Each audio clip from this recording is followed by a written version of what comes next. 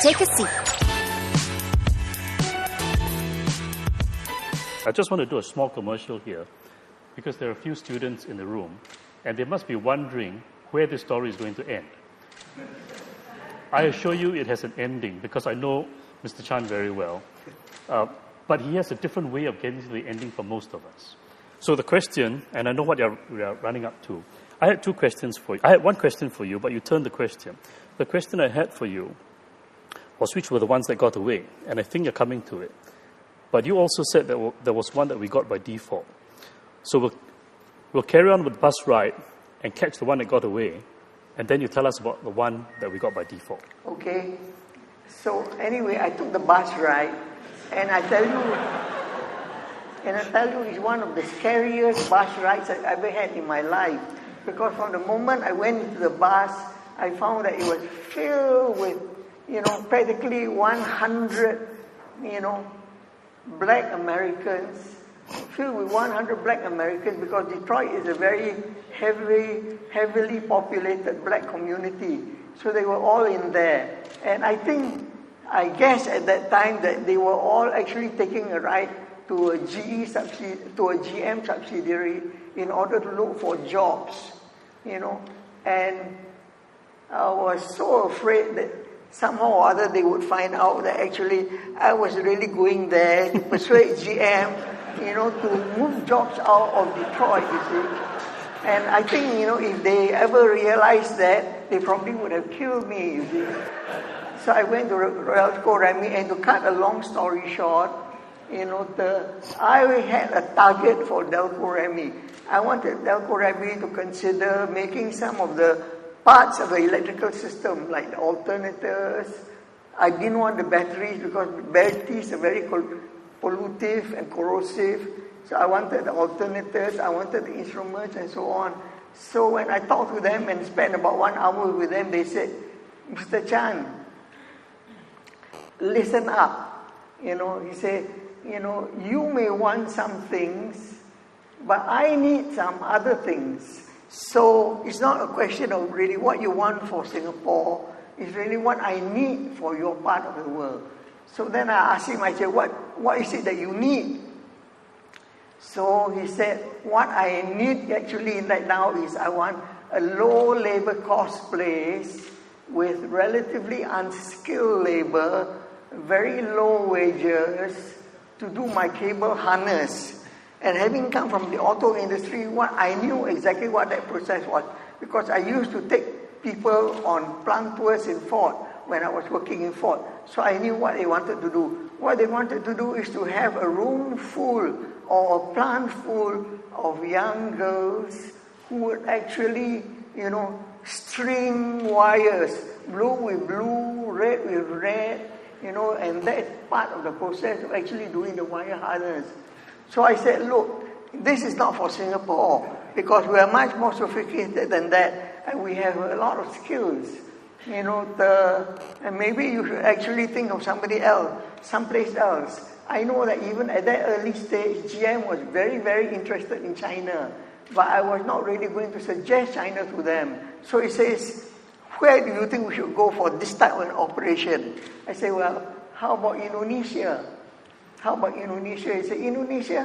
That's interesting. So we spent the next half an hour talking about Indonesia and all the pros and cons of this project going to Indonesia.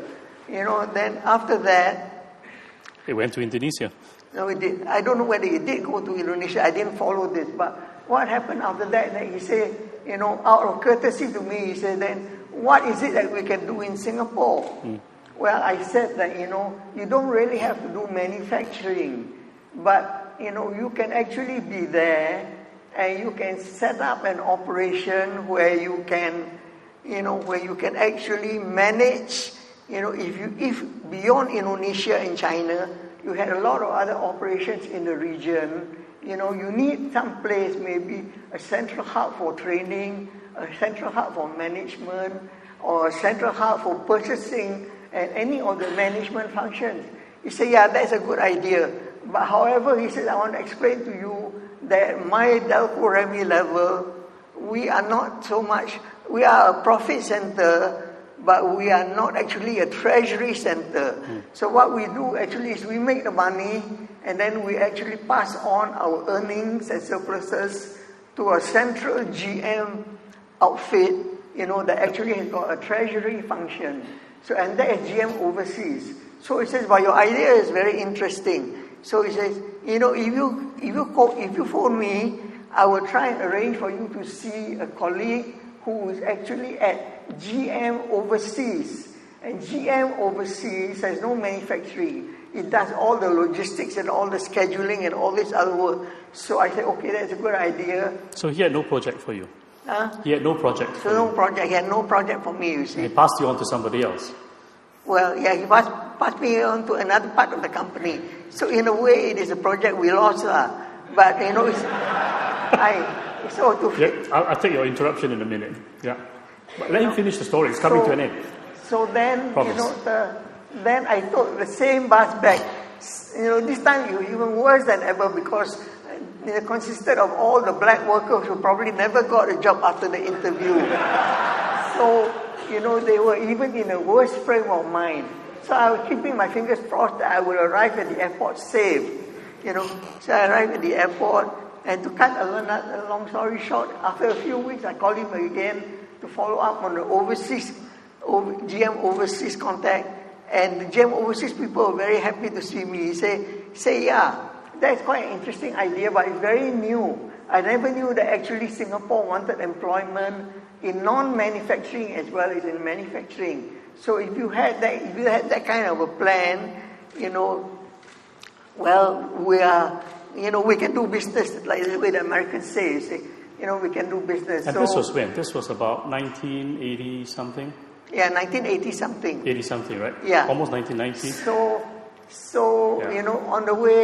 On the way home in the bus, the bus took us through some Detroit roads, and I saw some Exxon gas stations where they were promoting a high octane, fuel. Yeah. High octane fuel, and they had this big slogan. It says, total performance, he says. It says total performance. I said, total performance. That's important. Remember that phrase because it's building up to the climax of the story.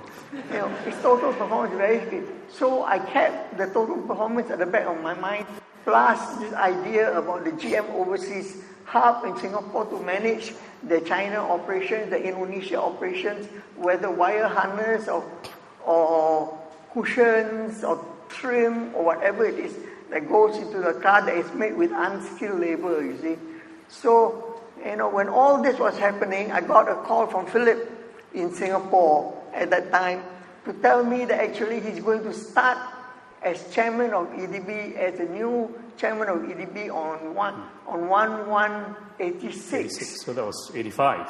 Yeah. All right. So it was sometime 85. So it was 1/1/86 he was going to start.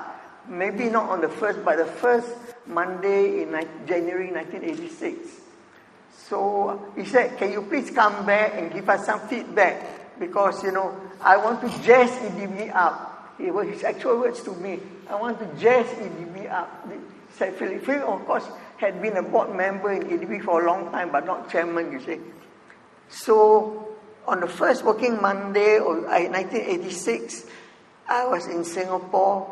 And if you will recall, we went into this little room where the four of us met. Philip, myself, David, and Tong Pawi.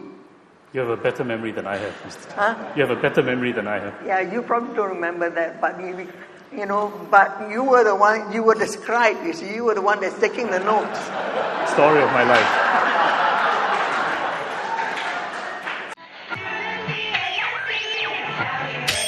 Take a seat.